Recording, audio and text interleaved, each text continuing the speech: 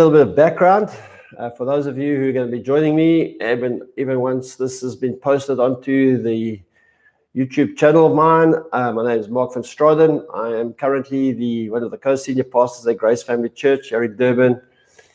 Today is the 18th of September, and it's Nelson Mandela Day. And it really is exciting that as I start a kind of a new era as we move on and make a difference in our world. So there we go. So listen, I was thinking about this thing. So this particular vlog today is, as I said, it's coming to you live, and I'm doing it live, and I'm excited about it. And to let you know that this is part 4 of a 5-part series where I speak about how to grow almost anything, because I have this kind of view of life that regardless if you want to grow spiritually, if you want to grow your business, you want to grow personally in your own being as such, you can get to there are some principles that kind of cover everything about how we grow and all that kind of stuff. So I was thinking about this whole thing of change, because that's where I am now, part 4 of a 5-part series, speaking about change. And on the 3rd of September in 1967, I mean, listen to this. This is 1967. That's not so long ago. Sweden made a change. They made a change from driving on the left-hand side of the road to the right-hand side of the road. Apparently, they were trying to get this done in the late 50s, and it caused a lot of stirring. A lot of people kind of got wound up about it. But nevertheless, they did it, and it caused some chaos, and the traffic kind of came to a halt for us for a while, as you can imagine. Quite a few road accidents, but apparently that's been done. And the reason why, of course, they wanted to do it, they wanted to tie in with their European neighbors. Then here's another one, Samoa, in the 8th of September 2008. So that's only 11 years ago. They also changed. They changed from driving on the left-hand side of the road to the right-hand side of the road. And I beg your pardon, the other way around. They went from the right-hand side of the road to the left-hand side of the road. And the reason why they did it, because Australia and New Zealand had a lot of second-hand cars, and they would export them to Samoa. And of course, those cars were all right-hand drives, and so they wanted to make those cars safer on the roads. So that's change. That's change of an extreme nature, because every single one of us are going to be confronted with change in our lives. It's inevitable that we're going to have changes. We change with age. We change in political environments. I'm no longer the young man that I used to be. Well, I'm still the man I used to be, but I've changed. Every year we go by, something else happens, and we experience these changes in our lives. And each one of these changes produce opportunities for us. How are we going to adapt? How are we going to embrace? How are we going to get into the space of these kind of changes? Then, of course, we have unexpected changes. These are the changes that come our way. Sometimes we face tragedy and we lose somebody kind of surprisingly. And, of course, this changes everything. People's lives are changed radically often because of what takes place in these unexpected changes. So these are the things that we experience every day of our lives. And so this morning, what I want to do is just to speak, how can we cope with this change? How do we embrace it? What do we do in terms of our lives? And Stephen Covey kind of reminds us, and I brought my little whiteboard with me here today, because those of you who know me know that I like flip charts and whiteboards and all that kind of stuff. And what Stephen Covey teaches us, he says that everything in our life can fall into basically 3 categories. And so yeah, this category, I'm going to just turn my laptop a little bit. And these 3 categories. First of all, he says there are things that we have absolute, what he calls direct control. So these are the things that come in our lives, and we can control them, and we have direct control over these things. Then he speaks about this thing that we have indirect control. And the indirect control of things, as it says, indirect control. And then finally, he speaks about the fact that we have no control. And everything in life will fall into one of these 3 categories. So, for example, you take a week off, you're going down to the coast. The week that you go into a coast, there's a cold front that pushes through, and you have rain for 5 days, and your 8-year-old and your 6-year-old is driving you crazy, but you have no control. You can't control when you went on holiday. You can't control the weather that you had on holiday. And so now what do? You just kind of whine and moan and say, you know what, this is my life, and this is how it always, every time we go on holiday, this happens. Then, of course, there are the things that we have indirect control of, where we have influence and all that kind of stuff, and then direct control. And the direct control element is usually more about about an attitude, a thought, and a condition. And so what he says, what when we do this, when we live in this space, he says what happens is that we all have these circles. So these are meant to be circles, and they're meant to be equal in size. This is really not a nice circle. But anyway, I can redraw it. Let me see if I can do a better circle. There we go. And he says we have things that we have a circle of concern and a circle of influence. And when we give attention, when our lives are controlled by the things that we have no control over, then our circle of influence is diminished. And so now this is our circle. These are our concerns. So our concerns, they occupy an incredible amount of space and influence over our lives. And our influence is minimized because we're focusing on things. We can't control the politics. We can't control the economy. We can't control the weather. We can't control a lot of things in life. And if we just always camping around those things that we can't control, then what happens is that our concerns, and we become consumed in our lives. And so when change comes, we cannot make the changes. We can't be generative. We can't have space for life and all that kind of stuff. But when he says we focus on the things that we have direct control over, and those are the things that we can speak into, those are the things that can influence in our lives, then what happens is that our influence grows. There's our influence, and our concerns get diminished. It's not like a denial thing. It's not like there's nothing happening. But what it means is that because we're focusing on what we can control, and when change comes and we focus on the things that we can control in the midst of change, then our influence increases and our concerns seem to be diminished. And it's amazing as we give attention and focus to those things, how in fact this can help us. So for me, when I think about change, when I think about all these things that are going on, is this kind of generative living. And as we kind of focus on that, I want to speak a little bit about, so how do I face change? How do I shift from my life being consumed by things that I can't control or I only have indirect control, and how do I shift my life to the things where I have more control in my sphere of influence, my sphere of generative living, a sense of joy, a sense of meaning and purpose to my life can be found. So there are kind of three things that I want to just breeze through and then finish off with some other thoughts. So the first, some thoughts about how we cope with change and how we lead change in our lives. The first thing is we need to be grateful and celebrate the things that have happened to us. So whatever it is that's brought us to this point is what we're going to be grateful about. And as we are grateful about those things we are. So there I've got Christine is online and she's giving me a message here. It says it seems so easy to focus. That is worry over what I can't control. Absolutely, Christine. Living with you for all these years, I know that to be true. And but if you would just listen to what I say and obey me, then everything will be light in your life.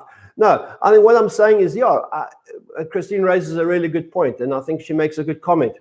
And I do think that she's now laughing at me, but I do think that as we kind of celebrate the things that brought us to here, we're so grateful. Christina, she's coming online here, and my biggest fan and supporter. Thanks, Christine. And she's coming online here. We are selling our house. We are facing incredible amount of changes. And one of the things, even in selling our house and the realization that we are getting smaller in our home, one of the things that I realized is that we recently sort of began to remember the occasions of our house. Our daughters going on Saturday night socials and going to matric dances, and the young people coming around to our house and having bras and swimming in our pool and having life here. I mean, when I think about what this house has meant for us, it's brought such joy to us. Our kids have been raised here. It's been a fantastic experience. So that's the first thing when we look at change. And the first thing we look at change is that we celebrate and we embrace what has taken place. The second thing, which is really important, is that we need to humble ourselves. Change causes humility. And I see so many people dig in. They say, I'm not going to change. Nothing's going to make me do this differently. I'm not going to leave this house. I'm not going to leave this thing. I'm going to do that, and that kind of stuff. And really, I look at my mother-in-law. I mean, she's like 85 years old. I've watched this woman. I've known her for over 40 years. And I've seen her make changes, leave one house, go to another house. I've seen her leave one town, come to another town. Recently, she's gone into an old age home here. And it's as if she just has humbled herself. It's that she's just said to herself, this is the reality. This is the way things are. And I'm just going to embrace the change. I'm going to make the shifts and the changes that need to be made. And as a result of that, she's living life. She has space. She's able to be a blessing to other people because she's not digging her heels in and saying, I'm not going to change. The whole world can move on, but I'm going to, no. And so there's this whole idea in this idea of change that is so important. And then the third thing is what I call get on the front end of change. It's inevitable that things are going to change. About 23 years ago, I attended a talk by a guy by the name of Tom Peters, who's a leadership guru, and he does all kinds of stuff. And Tom Peters began to say 23 years ago, there's certain industries that are going to die. Industries such as newspaper industry, industries such as the travel industry, even the way banks did business. And he wasn't saying they're going to die, but they're going to be done differently. And we know today, I know some people, they get their groceries online, they get their clothes online, they certainly get all their travel stuff online, they certainly get their news online. And so those agencies, those travel agencies, those news providers, if they haven't adapted to change, they're going to be extinct. They're going to be out of business in a short period of time.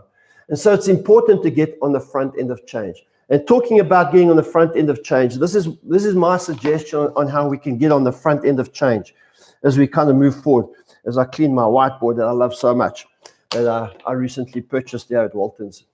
So yeah, we are this is a thing that I watched Bill Hybels do many years ago, and it really has helped me in the essence that we are here right now, and we want to move to the change which is there, whatever there is. It could be the fact that you're going to, we're going to sell our family home, and we're going to go into a smaller place. So we are here right now, and we're going to go there. And that's going to be quite a radical change. We're getting rid of furniture that we inherited from our mother. We're selling our house. We have to get rid of stuff. And so in all this process, there's going to be change. So the way in which we kind of make sure we get on the front end of change, we begin to say why here is no longer tolerable. Now, Christina, I can live in this house for the rest of our lives, but there are reasons why we can't live here. And we've put those reasons down. We have had tenants on our home, and they've been an incredible blessing to us, and they've contributed to the payment of our house. But there's a responsibility that comes with that. This house costs quite a lot in maintenance. We have a pool that I don't want to take care of anymore. And so we want to have a lock up and go from a security point of view. So we've created a reason why here it doesn't work for us anymore. And then we look at the there, and we say, okay, well, the there works because now we'll have a lock up and go. Hopefully, we're going to be in a place called Mshloti, just up the coast, where we have a sea view and we have a different environment which we feel like we're ready for. So that's the first thing, is that we say, here is unacceptable. The second thing is there is a better place. So I need to move from here to there. All right. So once I've got that in place, I develop a plan.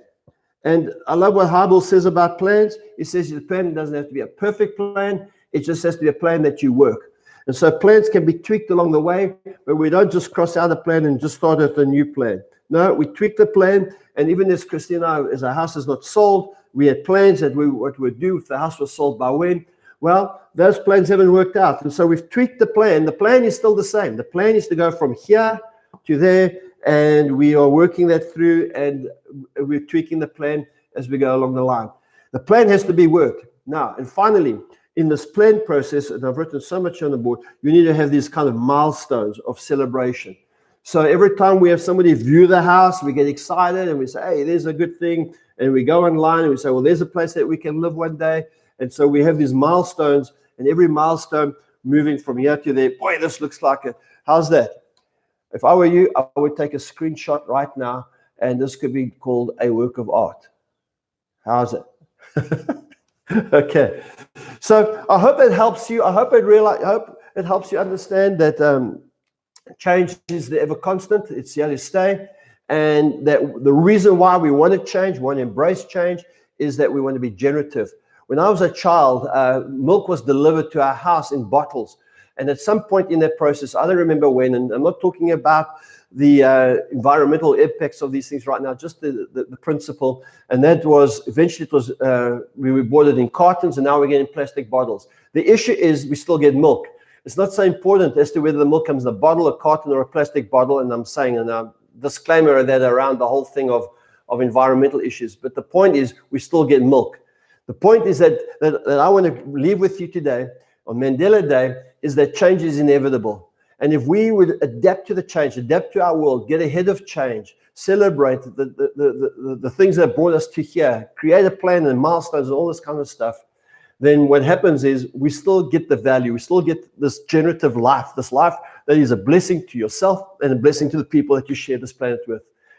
Thanks for watching. Thanks for coming online. Thanks for being with me. I'd love you to subscribe to my channel. There's should be a little subscribe button in the left-hand corner of your screen, or the right-hand corner of your screen, should I say, or you can subscribe. I will post a link to my website and to my YouTube channel and to my Instagram at the bottom of the description once I've edited this and posted it as a video on my website. So thanks for watching. Have a terrific day. God bless you, and I hope that you do your 67 minutes today. Thanks for watching. Cheers now.